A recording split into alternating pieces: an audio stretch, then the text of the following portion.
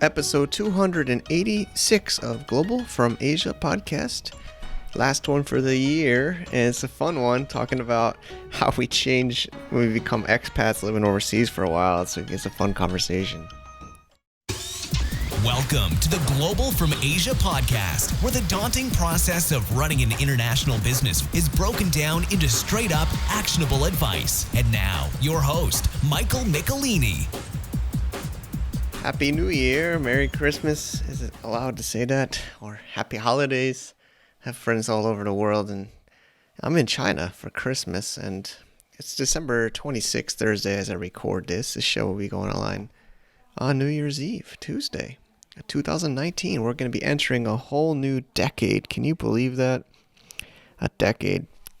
The 2010s are done and the 2020s are starting. I hope everybody had a great 10 years and looking forward to 10 more years. Another little fun project I'm working on, which suits the whole New Year's, is alive4for.com. It's a life calculator. I had Jasper on our team help me make that for this New Year's. If you want to see how long you've been alive and how long you have left to live, I think about that all the time, so I thought it'd be cool to make a little calculator. If you're curious, check out alive4.com and see how long you're going to be alive for, how long you've been alive for. Just a little fun project.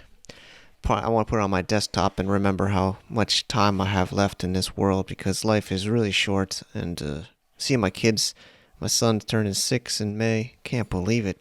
Time is flying. So let's all make the most of it. We're going to have a fun conversation today. We're talking about, it's the year end, and it's this holiday season. So that would be a fun one to talk about, kind of the changes we go through when we leave our home country. I think I've lost my mind. I mean, I'm in China for Christmas, and I had hot pot and watch my son eat bugs, and no, it's just a normal day here. Everybody's working, so there's nothing. Kind of drives you crazy, right? So I think we lose a little bit of our touch of our reality, or what we think is reality. And the guest today is a really fun one from another podcaster. I'll let it go into the intro. Enough of this. Let's go into the show. Are you looking for unique ways to make payments in different parts of the world? It's from Hong Kong Bank. There's a great company. It's not even a startup anymore. They've been growing for so many years. I've been lucky to know them since their early days with Simon, Ann, and the team at GoRemit.hk. They are a cross-border payments company to help you make payments from your Hong Kong account to mainland China, Philippines, Thailand, Vietnam, and more. Use them for all kinds of different reasons, and basically the best is for lots of micro payments to different people on all these different places. You don't have to have bank accounts there, and you don't have to pay bigger bank transfer fees with the traditional way. So definitely check them out, www.goremit.hk. Tell them GFA sent you. Okay, thank you everybody for tuning into the Global from Asia podcast. It's getting towards the end of the year, and I thought we'd have a fun little conversation. We have Chapin here from Misfits and Rejects podcast. I had the pleasure to meet him in Bangkok and in Chiang Mai while he was over here in Asia. Thanks for coming on. Hey, brother. Stoked to be on Global from Asia, man. I'm really happy to be here. Yeah, I know. It's cool. We got to do an interview for your show a couple weeks ago, and I'm happy to have you on here sharing. And first, before we dive into what we're talking about, I'd love to kind of hear a little bit more about yourself, and then also, this podcast, Misfits and Rejects. Absolutely. I fell in love with the road a long time ago and found myself in Nicaragua for the more or less last 15 years. And throughout the years of traveling and just living in a small fishing village, I had a lot of very unique people coming through my life, people that really inspired me, that were living outside of, social norms and mores in America. And I could relate to that because I didn't really ever feel very connected to the States. So to now finally find a group of people, a tribe, if you will, that I connected with, and getting to see the personality traits and really what made them tick was something that I just have really thrived on. And hence the reason I started this podcast, to really shed some light on what they do, why they do it, and how they make it happen. Because I think there's a huge misconception of expats, and I call them Misfits and Rejects with the most utmost love and respect. Yeah, because man. I think we've all felt like we don't fit into the world at some point in our existence. And then we've also all been rejected, whether it's by a loved one, whether it's by, a job that we really wanted. They said that, we weren't fit for it, whatever it may be. And I mean, these two words I know carry kind of a negative connotation for a lot of people, but I think if you really peel back the layers, like everyone can relate to those two terms and can fit into that model. Yeah, I mean, I like it. It connects to me. I guess I'm a misfit and a reject for a while now. I think, one thing I actually makes me think of is I lived in China for, almost over a decade, which sounds insane to say, but there was a common thing that Chinese would say about expats or foreigners in China is like, oh, these are the guys that girls that couldn't make it in their home country and they had to come out here for like a job. Maybe they're, teaching, or they're trying to start their own business and they don't know, they're kind of like, they came because they were a failure in their home country. So I thought that would be, I don't know if that's something similar with other locals in other countries, in either Nicaragua or or what your opinion is on that. I think that if you speak the language, you have the privilege of actually hearing what they say about you. And yes, that's, I think, a very common thing of any place that a foreigner decides to reside, because they have over the years, centuries or whatever, of people, explorers, for example, go into these foreign places and make a life for themselves and don't necessarily always try to adapt to their social norms and mores. They're almost, because they don't understand the language and they're not really making the effort, they behave as they would maybe back home in a culture that isn't similar. And it could be very off-putting to the people of the place that you're residing in. So I think it is a common theme, and it's unfortunate, and it can give, I think, people a bad reputation. But if you have an open heart and an open mind, and you really sit back and try to get to know these types of people, that a lot of them are really very intelligent, and although they might not behave in a way that's socially acceptable all the time, they still have a lot to offer the world in what they're doing. Totally, totally. Although I do have to kind of say there are some of those people that maybe deserve that comment from the locals, like maybe it's Expats is a nickname, or there's some people that kind of just take advantage of that opportunity to have like a lower cost and be lazier. But I still think there's quite a few of us that could still quote unquote make it in our home country, or could do well where we were originating. But yeah, I think the second part of that is, like you said, a lot of people move expats and they don't try to integrate at all, leave their language or friends in the local market where they live. So I guess that could also kind of upset or disturb the locals. Yeah, just to add to that statement of what I was just saying is that, when you do find yourself in a lot of these cultures, especially if it's a culture where, or it's an impoverished, like third world country, you do find yourself coming from the, America, the Western world, where you have maybe excessive amounts of money, excessive amounts of time, and it's very easy to allow your vices to get the best of you.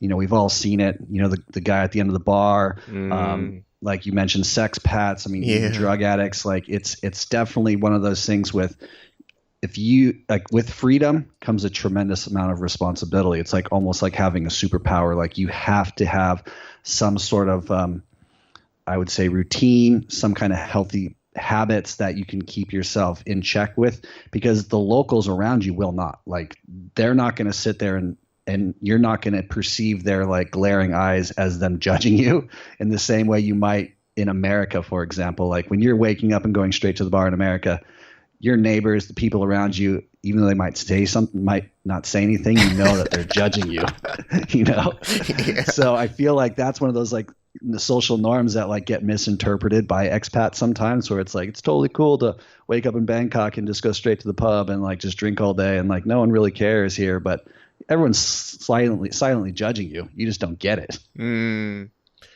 Yeah, agreed. I mean, and I like that makes me think of Spider-Man, but yeah, with great power comes great responsibility. I think just because we, especially the older expats, they kind of have their retirement, they retire abroad and they have their fixed income and not much else to do. So I'm sure you've seen your fair share of those kind of people, and I have for sure. But yeah, I guess 100%.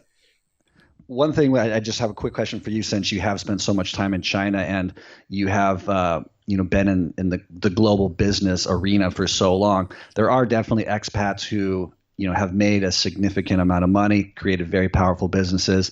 And have you seen them succumb to the same type of vices? I mean, as they start to gain more financial power and they still reside in these maybe inexpensive places, do you ever see them starting to stray?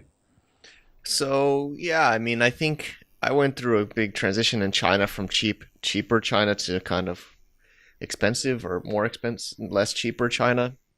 Mhm. Um, with inflation and increased labor and cost of living. So honestly, I even got kind of pushed out myself. I mean, I could have stayed there, but you know what I mean? So I noticed when I first got there at end of '07, there was a lot of these kind of, I guess you could also say like first stage expats, in these emerging markets, for at least international or growing markets. It's kind of like the cowboys, and the Indian. I don't want to be racist, sounds, there's like that pioneer maybe, with the arrows in their back. There's that saying, Yeah, of course. so there's these pioneers that just go out to China, right? And they don't know anything about it. They don't have much education, but they're the China guy. You know what I mean? Like they're the crazy one that left America. So it's just like I need somebody in China that has like speaks English that I can kind of trust, that can go to like a factory for me. So I met a lot of these mostly men, like that were just like China reps, China buyer reps, and it'd be so easy before, the prices were just so much cheaper to buy from a factory. So they would either be a middleman or they would charge a fee to these companies in the US or overseas because there was a huge gap, you understand, in price, and there's a huge gap in communication, a huge gap in technology. But I saw as I was kind of a tech guy that came there in '07, and there was no tech people. They didn't know the websites, they didn't know the marketing.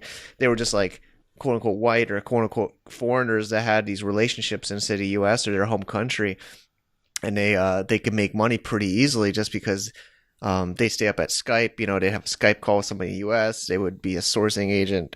But I saw all that get crushed, like as prices increased, as technology kind of developed, Alibaba, online sources, these global sources, other things. So I definitely saw those kind of semi-retired people that just didn't really want to work, just were just kind of almost pure middlemen that didn't add much value, get squeezed out. And I saw where they were almost alcoholics. I have so many stories of, I had a guy that, a few that have even that died, that have passed away since the last 10 years since I've known them because of alcoholic or getting deported, things like that. So yeah, I just saw that whole phase of cheap China and then getting kind of these people squeezed out and lost and not sure what to do, and they can't go back to the US or their home country, not because of legal issues, but just because they're so different. Even I'm kind of like that now, but so I just saw that quite a bit.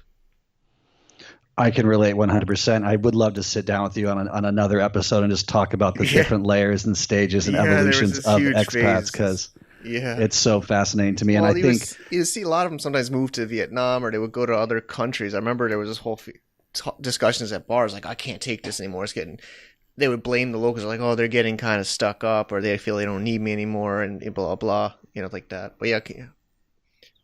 no, yeah, just I was going to say that, when they first did get there, though, and they were trailblazing, if you will, and they did learn the language well enough to be that middleman between, the American companies and the factories there, like that was a huge asset. And, Yeah, there was a time period in a generation where they were like gods to yeah, it's us who true. didn't have any, education and understanding of, that culture and how that was done. So like, that's what I'm always fascinated by with these people who will go out and like, I guess, dive into the deep end and Yep. they swim and they figure it out and they make a life for themselves. And yeah, maybe they let their vices get the best of them at some point, but I mean, you can't be a complete idiot to like Yeah. make that happen.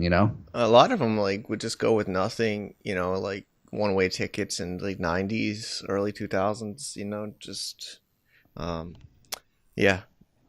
So maybe move. Yeah, we could do a show with in the future with yours. I mean, or it's just very fascinating these different levels of expats. It's almost like probably the same. Honestly, I would feel if there was podcasts in the early 1900s, I can imagine there being your podcast talking about people leaving Ireland to America, to New York, Italy to New York. Like my family came from all over the place, like from Europe to make a better life for themselves. in the US or New York, It's like I feel like there was probably different levels of those people, right? The trailblazers, pioneers that came with no information, no knowledge, no connections, and then there was probably next level that had more information from the people that went first. Things like that's probably similar. Yeah, one book for your audience if they are interested in reading a little bit about expats is called Tycoon's War. It was a book written about Vanderbilt and William Walker. William Walker was an American who went to Nicaragua and tried to make himself basically king of Nicaragua. And Vanderbilt was running people from New York to San Francisco for the gold rush, and he was using the Rio San Juan through the middle of Nicaragua to get them there. And in 1852, every shop owner in San Juan was a foreigner. So you can see these like expats were, they're all around the world. They always have been. For anybody who thinks they're cool and thinks they arrived in some little place first, they're not. There's always been someone there before you. So I think that's the one most annoying thing about expats is we use that like, oh, how long have you been here to like measure social status? Yeah. But it's like, dude, there's someone who's already been here and who's already done something way cooler than you. So like, you can't be playing that game. Yeah, it's been weird for me because I'm going on 12 or so years now, and there's people I don't want to say looked up to, but like mentors that were like here 10 years before me, and I don't know, there's this weird feeling that could be another topic of going back to your home country. So a lot of them left China or left Asia, went mostly China because that's most of my network, and went back to the US. And now I'm the one here, and I've talked to them still in email sometimes. It's kind of this weird feeling because I looked up to them as like the experienced person in China or in this foreign place, and then it's a weird feeling. I don't know how to explain it, but. Well, yeah, it's changing of the guard. You are that person that you looked up to. Now people look up to you. Yeah. I mean, getting to meet you and hearing your story from me, like I admire you and admire what you've accomplished, and in the way that you've conducted yourself in business. Like I admire you. Like I would like to be like Mike, and have a podcast with the kind of savvy that Global from Asia has. Like I'm Misfits and Rejects. Like I have all colors of people on my podcast, like just doing so many random different things, and you have like a more like panache to you. Yeah, well, I mean, maybe I'll pass the guard soon, man. I think it's about being consistent and just showing up every day, or showing up regularly. But yeah, every Monday, Misfits and Rejects, 9 a.m. every Monday. 9 a.m. Monday, that's it, dude. 10 a.m. Hong Kong time, Tuesday for me. So yeah, that's it, man. So with your experience interviewing so many expats and rejects and misfits, you're back in the States now for a while. You were just in Bangkok, Chiang Mai. Where else? I don't know, maybe you can share some other places you've been lately, but maybe you can give us some ideas of like the people you meet overseas versus back home or back stateside. Things like just some insights, I think the people I meet nowadays, I lived in a small fishing village for quite a long time, the last 15 years. And so the people I met were, primarily surfers and, I guess, wayward travelers, people just kind of searchers, I guess. And I've plugged myself into the network where I met you in the Dynamite Circle to really dive deep into the, online entrepreneurial digital nomad location independent space. So the archetype has changed for me of what I'm encountering. However, I still keep my foot, in the door of the old haunts. Like I found some amazing expat bars in Chiang Mai. I courted a few people that I'm going to get on my show that are just, just blowing my mind with how they are, who they are. Nice. And so I try to keep myself in both worlds because I am trying to grow my business, grow my brand, continually learn, push myself as an entrepreneur, as a person. But at the same time, I do enjoy conversations with the outliers, if you will, sure. The individuals who just like sit at the end of the bar quiet. It takes about a week to approach them, but once they feel comfortable enough talking to me, then I get a really good story. I think coming back to the States right now and sitting where I'm sitting, the biggest and most, I guess the word would be like, thing that confronted me the most is the amount of fear that Americans have towards the rest of the world. I'm consistently coming back to a country of, a media that is just fear mongering all the time, and Mm. people constantly saying like, I can't believe you do what you do. Don't you know how dangerous it is? And many times they're citing how dangerous it is where I just came from, and they don't really have any clue what it's like on the ground. Like I'm sitting here giving them real news in a conversation, and they're shaking their head being like, no, but you're so wrong. Like the American media is saying this. I'm like, I'm telling you, I just came from there. Like it's not like that. It is totally safe. And they're like, no, it's not. It's so unsafe. And Yeah. Wow, that man. was Yeah. striking to me. If I can just elaborate on one more Yeah, point, sure, like please. I I went on a few Tinder dates when I was in Chiang Mai or Bumble or whatever it was, and the three American females that I went out with all said the same thing, that they were tremendously afraid of traveling by themselves. Wow. And it was the first time I just turned 40 in all my years of travel that I had that many people consecutively, female wise, say that. I mean, last year I walked across the border into Myanmar with a skinny little French girl who's like 22 years old. And like, she didn't have anything like that to say. And I fear that the American media has just captured the imagination of Americans and made them just so fearful of the world. And like, Mm. it's so sad, but I mean, I don't know what else to say about it. Like the amount of fear in America right now is so high. Interesting. Yeah, I mean, like I said, that's why I'm cool having your insights because I'm losing touch. It'll be going in 2 years now since I've been back, and it was only Florida the time I went back for my family. But yeah, I mean, I but I have to say, even when I first went on my own in '07, there was a lot of people scared for me, leaving the U.S. or leaving the home country. But maybe it's even worse now. I mean, I have no idea, but it is scary traveling internationally by yourself, though, especially as a female. What did you say? Would you say that'd be more a female, American female, or female male, American male? Um, I think you are right that there is a certain amount of fear of the unknown that we all experience when we take that first step out to a new country. I mean, I still get it. Like I was anxious walking across the border into Myanmar. I didn't know what to expect. Now with SIM cards and phones, it has reduced a lot of that fear factor because I can get Ubers, Grabs. I have Google Maps, Maps.me. Like there's a huge amount of information at my fingertips that alleviate a lot of that stress that I used to experience when I would get in a random cab in the middle of the night, in Yangon, Myanmar, and just hope that they take me to the right Yeah, hotel. But yeah, of course, I think for females, it's a little bit more stressful, I would imagine, because just throughout history, the males are, I think, more predatorial when it comes to taking advantage of situations. So they're always on guard, more than males. But in my opinion, if you walk into a situation that you're unfamiliar with, you just abide by the same sort of rules that you would walking into a city that you're unfamiliar with in the States. mm, Like walking around at night in areas you're unfamiliar with, probably not, you shouldn't do. Same true. thing in like Yangon, Myanmar. Like if you're unfamiliar with the city and you just arrived and it's nighttime, do your best to mitigate some of those risks. Yeah, although it's true. I mean, I live in Manhattan, New York City for almost 5 years, and that was scary at times walking at night. After a nightclub, even in downtown Manhattan, there's some dark alleys and stuff happening that's a little bit scary. So I think people should also keep that in perspective. But yeah, of course, going to a foreign country, especially on your own, especially as a female, it is a little bit more scary. I think.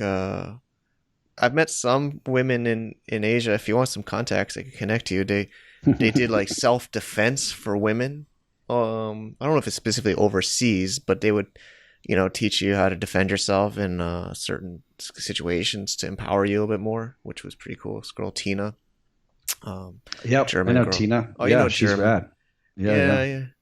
Yeah, she did some of that, but yeah, I mean, actually, for her too. I mean, she's a attractive, blonde, Western woman that is in Asia. I mean, it must be some awkward times for her. I mean, I don't want to know how off topic to get, but there was some other American girls in China. They would call themselves white pandas or like rare pandas because Chinese men would just be, the dream is to get the. There's so much to this.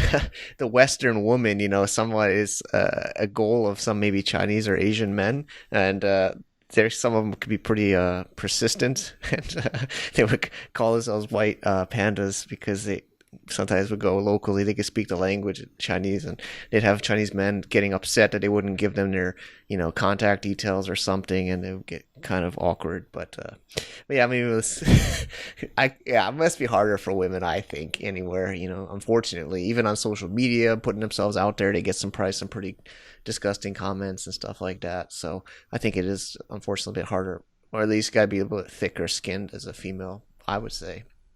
Yeah, I guess, and we're neither one of us are experts to even talk about the subject, but Yeah, yeah. let's go on. But so you've interviewed people, you've been overseas so long. Do you think there's some kind of insights about those that either make it, quote unquote, with quotes, or survive or stay overseas as expats longer term, than those that maybe can't take it and go back to their home countries? Or any insights or trends that you might see?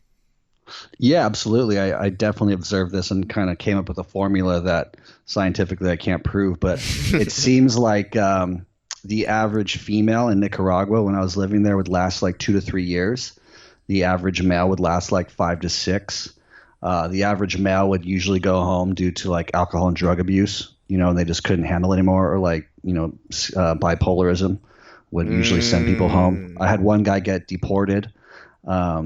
Females, I think living conditions usually were the primary reason for them to go back. The creature comforts, showering in hard water where they can't ever really suds up their hair, and their hair just feels like hay all the time. Sleeping in hot, humid climates where just bugs are constantly around. Like everybody, even myself, has a breaking point, and I did kind of notice, the 2 to 3 year for females, 5 to 6 for males, but that's not a hard, fast rule. Like, I mean, there's so many amazing females that have outlasted me, in Nicaragua, and will always reside there because it's who they are, it's what they love, and they are thriving there for the reasons they are there. And then same with the males, but as far as what keeps people there, there's usually a drive to do good. So a lot of people that stay really immerse themselves in a community, and they're trying to bring hope and prosperity to the local people who don't have that much. Or there is a entrepreneurial sort of endeavor that they have really dove into that is actually starting to work.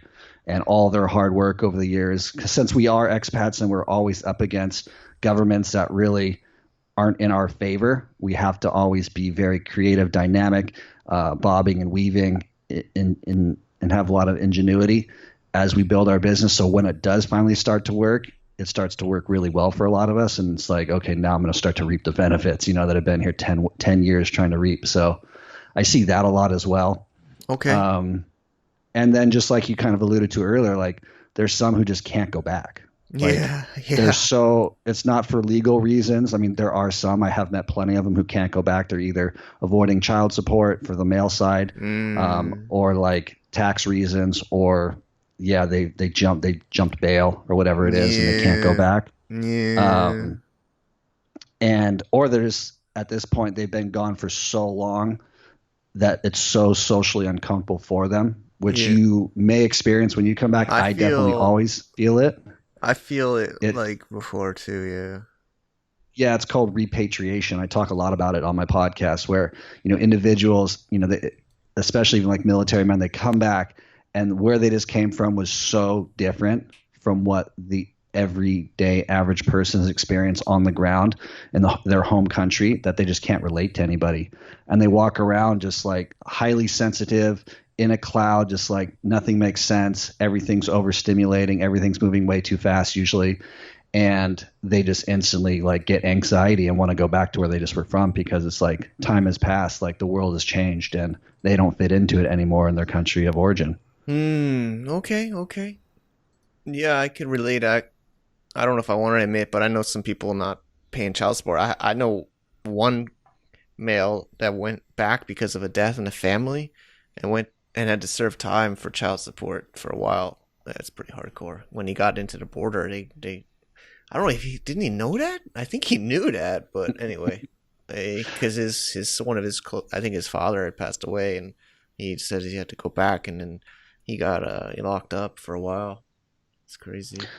Yeah, it's not an uncommon story, especially amongst males. And yeah, who am I to judge? I do get my fair share of trolls and haters for some of the individuals I bring on the show, and Misfits and Rejects is a positive vibe. Like, I'm never trying to pull the skeletons out of people's closets, so I'm not like a investigative journalist trying to like find out the deep dark secrets of anybody. But yeah, I mean, some people have them, and I definitely get my fair share of emails from angry loved ones saying that I've put this person in a positive light when they're assholes. Yeah. I mean, I think that's the maybe I don't want to say risk or one of the even for me, I've had guests on the show. I've had people speak at some like conferences, and then I've had comments or requests from people on the internet. This person is not what they say they are, or this person's done this or that. I mean, I try to listen and read and research. It's a tricky situation to be in, but yeah, I mean, there are some people that they won't admit it to you or me, and they're maybe hiding, and there's a reason they're here. That's also one reason I'm scared. Sometimes people even say, "Mike, you haven't been back as long as there." Even ask me if I have a reason. I'm like, but honestly, I get scared too. I mean, like there is that. Nothing's ever happened to me, but you go into that all those movies. It makes you think of the the Leonardo DiCaprio, the sleeping one, the Dream in the Dream. How am I blanking on the name? I've watched it a few times. Inception by Leonardo. Oh yeah. Where he's like, I got to get back to see my kids. I got to get back to see my kids. Like, yeah. And then the end is like, I don't even know in the end if he's able to enter the U.S. or not. But the deal with the Japanese business guy is if he does what he has to do, he'll have some connection to let him come back. So, But yeah, I mean, there is that fear. You've been overseas. I remember when I first was overseas and I came back, the U.S. Customs were like, "Why are you overseas?" Like, yeah, like I'm like a criminal. Like, why are you overseas? Why? Like, why? What are you doing? Like, in a negative connotation kind of way. Like, I mean, I'm there for business. I'm trying to actually maybe help America or help American businesses by being overseas. Like, don't look at me like some bad person. Like, yeah. No, yeah, I get it, 100%. One thing that I've done in the past to like help me alleviate some of the anxiety is that I refuse to drive when I come back to the States. I just ride my bicycle. It keeps things at a pace that I can kind of control and feel comfortable in. Just because getting on the roads of Southern California, like LA area, Orange County, it's just too stimulating, overwhelming, especially coming from a small fishing village in Nicaragua where it's like I never drove, there was never traffic, and then coming back and just being bombarded by the 405 is too much. Yeah, so going into that, there's those. I mean, you just kind of put Fallen. I'm popping all these movies on the Fallen Down movie with Michael Douglas, I think. Oh yeah, totally. That's what you just made me think of that, and honestly, even leads into the next question. Like getting towards the end of the interview, so I think we got a lot more we can talk about. But for today, those that are in the rat race that are stuck on the 405 going 9 to 5 want to maybe pull a Fallen Down or something. What trends do you see maybe from your listeners, your audience, that break out of that rat race 405 traffic every day? Well, the quickest and easiest way is to just go teach English abroad. The Asian market is hot. There's a bunch of companies. Most of the people that I meet here who are doing it overseas are using VIP Kid. It pays like $20 an hour. The interview process is pretty straightforward. And, within a matter of 2 weeks, you could be certified to teach English and literally land anywhere you want in the, Asian time zones and be teaching kids at, on your own schedule. You just put in a schedule every week and kids sign up or they don't. So it's not guaranteed money right away. You do have to build up a bit of a clientele. But I mean, that's the quickest, fastest, easiest way. If you're unhappy with your job and you're making less than $20 an hour and want to go live in a cool place like Thailand, Yeah. VIP kit is the way. For other individuals, I mean, like just taking, a feather out of your hat, like there's, fulfillment by Amazon. Yeah, Amazon There's, seller. Yeah. there's a lot of opportunity online that no one really thinks about. And all it takes is a quick Google search, reaching out to you, listening to your podcast, and you can be off and running. But I mean, it takes drive and motivation, and I mean, a little bit of courage, and just, you have to take that first step. No one else is going to take it for you. You're going to have to quit your job, or you're going to have to buy that plane ticket. You're going to have to get on it and then get there and start to do something. But, once you hear a few more stories, either from my podcast or your podcast, like you start to realize that you don't have to be a genius. You don't have to have necessarily any of these skills. It can all be learned on YouTube through listening to your podcast or, multiple other ones where it's like, tons of free information. Yeah, it's totally a viable lifestyle for anybody who's willing to just take that first step. It will take a little time to build it up. Like, again, the quickest way to make money right off the bat is teaching. But if you want to build your own business, that's going to take, 3 to 5 years. Yeah, I agreed. I mean, we've mentioned Diamond Circle, Dan Andrews on the show. I mean, really friendly guy, and they call it the 1,000-day rule, I think, for building your own company. That would basically around 3 years, 2.5 years, really to kind of get traction, building it up. But one of my last points I try to tell people is my favorite way to look at life or making a bigger decision is what's the worst that could happen. What's the exact worst? Like when I quit my job on Wall Street to do this sourcing stuff, I didn't go to China right away. I didn't even know I would live in China. I was just going to San Diego at the time. But, I remember it was so scary to quit. And then I told my manager, and then it was separate. Like my manager was on a different floor and I worked on a trading floor. So I'll go to trading floor and I started telling people around me that I was quitting. I put in 4 weeks, a whole month, just actually to be nice. But they're like, oh, some of the guys, it's Wall Street. It's these kind of like frat boy people, at least when I was there. I heard it's changed a lot, but they're like, oh, you're going to be begging for your job back. And then I started thinking about, what? I guess if that's the worst, maybe I won't get my job back, but, I probably could get my job back. And if that's the worst that's going to happen, maybe I lose some money or lose some salary payments. If that's the worst that could happen, and then I also think about it like, I didn't do the MBA route. I did do a bachelor's, but I did get a bachelor's of science, but I didn't get an MBA. And, I kind of just chalked it up to this is the best way to learn, right? Like taking action, going out of your comfort zone, going out of your home country. I think that's going to accelerate your learning and your quote unquote fail or lose money. I think there's not much, I think, to lose. But for somebody listening that's trying to jump off that hamster wheel, maybe think about what's the worst that can happen is maybe even talk to your old boss. Be like, could I maybe do it as a 6-month sabbatical or something, and then see how it goes, something like that, so you can go back if you wanted to. But I mean, I've had a bunch of guests say the exact same thing, which I agree with 100%.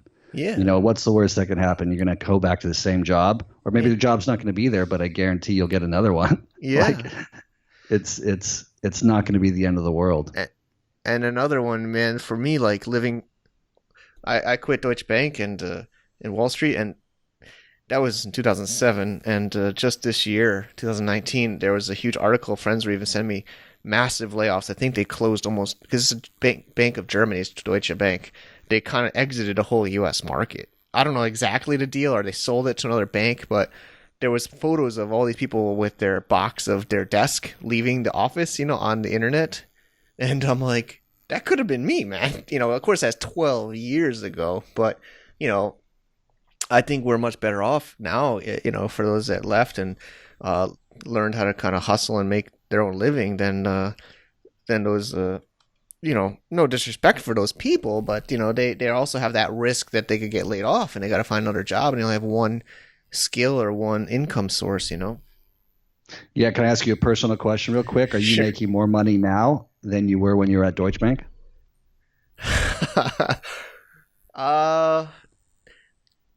Honestly, no. But I But your mean, cost of living is way lower living yeah, where you live than it was in New York. yeah, I mean, yeah, there's been times I've made more in spurts, it's not as consistent and but definitely, I think I can't to honestly say I don't think the net I think I'd probably make a heck of a lot more if I was still there 12 years in. At that I quit when I was making over six figures, so and I was like it was insane. Like my dad was almost crying cuz you know, just the amount of money that I was walking away from. But but yeah, man. So it's been great to have you on the show. I definitely recommend people check out your podcast. What's of course they can search iTunes or is there a website too or Yep. You can go to misfitsandrejects.com. Check out the podcast there. All the episodes are, it's on Spotify, iTunes, Stitcher. Any third-party podcast player will have Misfits and Rejects on there, and I'd be stoked to get a new listener. Yeah, definitely, man. I hope it helps you out and yeah, more power to you. I know how the grind is of podcasting and content creation. So thanks again for sharing and all the best for 2020. Thank you, Mike. Much love, brother. Ciao. Ciao. Do you need help with your online business?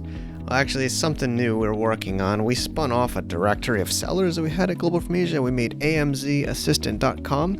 It's a brand new website for the new year, just another project of many that we do here, where you can see all different kinds of sellers in Amazon and their ratings and reviews, and customers can reach out to them.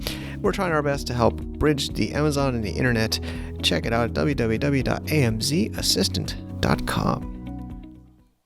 Thanks so much. That was fun. Man, just so many memories. I just remember having no clue what I was getting myself into, but it's definitely an adventure, and it's still an adventure. I'm staying in my amazing aunt and uncle-in-law's house. We have this whole like it's like complex of different apartments in this area, so we kind of stay at different apartment buildings of my Chinese family, my in-laws, and it's ice cold here. I'm in north of Shenyang, China, and basically there is not much to do except the mall, and we usually go in the basement. There's this massive underground mall where I'm talking about 10-minute walk from one side to the other. I guess it's warmer there. It's true. I guess if I was in a freezing cold city, or at least half the year it's freezing cold, I would save money on heat and make it underground. But these people just work and live there. There's no windows. You don't know if it's day or night. It's insane. And I've been to the playground a few times with my kids, and there's food courts, and there's shops, and there's nail salons and all this stuff. Just massive complex of people that work underground.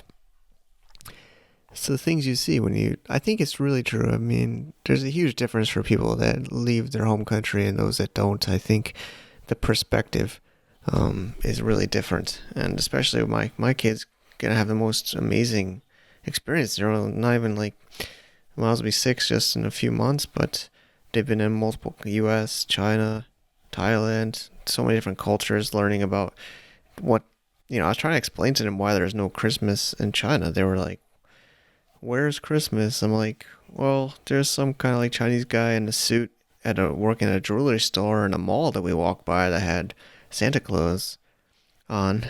But besides that, I didn't really see much Christmas either. So it's just gonna be an amazing experience for them. I mean, for me, I remember when I went to Italy, in high school I had these bright orange Nike shoes and a red Yankees jersey, and I got laughed at like crazy off the plane in Italy, and I thought that was totally normal, but for them it was these crazy Americans. So I just think dealing with different cultures, different people, it's definitely gonna be an important skill for the future. I think more and more people from around the world, well, I'm kind of actually second guessing myself with Donald Trump and president in China and other presidents. They don't really want foreigners in their countries. It seems like it's not letting us do that anymore. But I still think that governments can't stop people wanting to travel and people doing business with other kinds of people: white, yellow, black, green, purple, brown, whatever. I think the skill in the future is going to be learning to deal with different cultures and different environments and being flexible and adapting quickly to your environment. So I hope I'm preparing my kids soon. I hope you are preparing yourself. Listening to this podcast hopefully helps. We try to give perspectives. We try to share what's happening. And I think I'm going to go to Hot Pot soon. The family is waiting. I've been working, keeping things rolling here in Christmas time in China. So let's all have a great New Year. We already got some great guests and recorded interviews already ready to go for 2020. Next week, January 7th, we have a great one coming up with more international business for your e-commerce growth, and so much happening. So stay tuned. Thanks for subscribing. We will talk to you soon. Bye-bye. To get more info about running an international business, please visit our website at www.globalfromasia.com. That's www.globalfromasia.com. Also, be sure to subscribe to our iTunes feed. Thanks for tuning in.